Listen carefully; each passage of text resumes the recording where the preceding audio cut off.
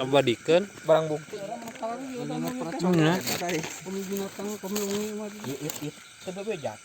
kasihan. Wah keur mencari nafkah eta jeung keluarga. ulah ka dieu gitu Kan meureun muntangkan jalur. Da mapai. Oh iya ya ta. Ya bekas setrum. hampir di besar muka eta mukana tinggal dari muka kasihan.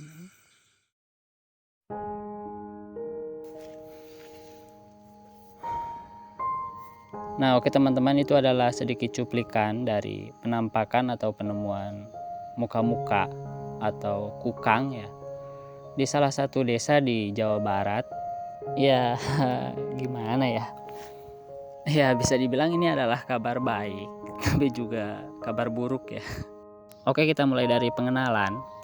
Kukang atau muka-muka yang dalam video ini kemungkinan besar adalah kukang Jawa.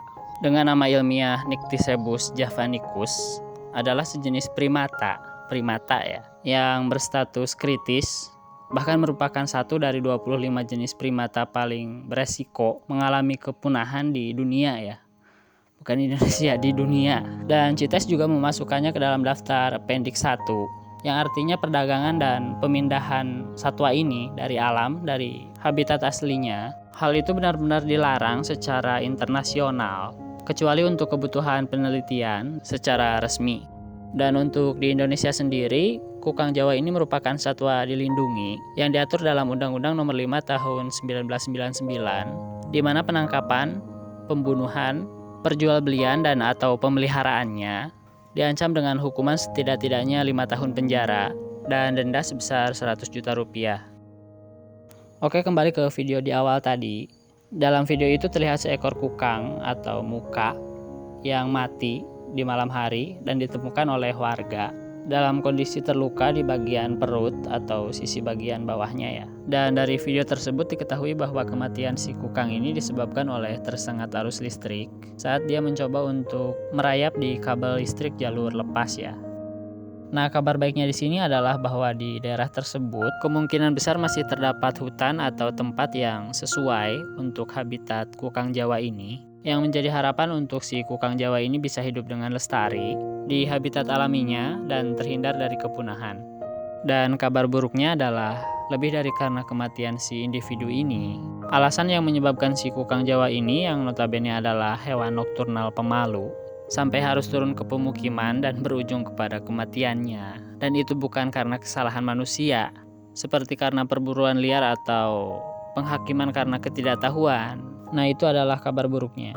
Entah karena ketersediaan makanan alaminya di alam yang mulai menipis, hingga dia memutuskan untuk turun ke pemukiman, yang bisa jadi juga merupakan dampak tidak langsung dari kegiatan manusia dalam memanfaatkan sumber daya alam secara tidak terkontrol, atau karena kerusakan habitat alami mereka yang membuat mereka tidak nyaman lagi tinggal di tempat asal mereka, yang bisa jadi juga merupakan dampak dari kegiatan manusia yang mungkin bukan karena kesengajaan melainkan karena ketidaktahuan.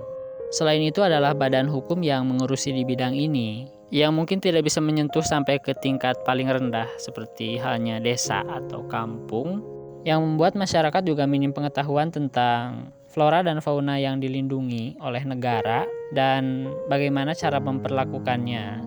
Dan saya juga tidak tahu sebenarnya ada ataukah tidak badan hukum yang berfokus di bidang ini yang bisa menyentuh sampai ke lapisan terendah seperti kampung-kampung atau pelosok-pelosok desa, yang secara khusus melakukan pendataan terhadap flora dan fauna yang tersedia di tempat itu dan melakukan sosialisasi terhadap masyarakat di tempat itu tentang flora dan fauna apa saja yang terdapat di tempat mereka, hewan dan tumbuhan apa saja yang dilindungi dan tidak dilindungi, dan yang mana yang boleh dimanfaatkan dan yang mana yang tidak boleh dimanfaatkan. Dan jika itu spesies yang dilindungi, maka bagaimana cara melindunginya dan bagaimana cara memperlakukannya di alamnya, yang dilakukan secara berkala oleh badan tersebut. Tapi ya sampai sekarang saya ya belum pernah menemukan badan yang seperti itu turun ke tingkat lapisan paling rendah di masyarakat. Entah karena kekurangan sumber daya manusia atau kekurangan kepedulian dalam hal ini ya. Tapi saya pikir itu penting untuk dilakukan karena sebanyak apapun undang-undang yang dibuat oleh pemerintah yang mengatur tentang perlindungan satwa ataupun tumbuhan, tanpa ada sosialisasi yang strategis terhadap lapisan terendah masyarakat yang justru mereka lah yang setiap hari bersinggungan dengan satwa dan tumbuhan tersebut, saya pikir peraturan-peraturan itu hanya akan menjadi sia-sia ya. Dan ya oke lah, untuk bualan kali ini mungkin cukup segitu dulu ya. Jangan lupa ngopi, oke?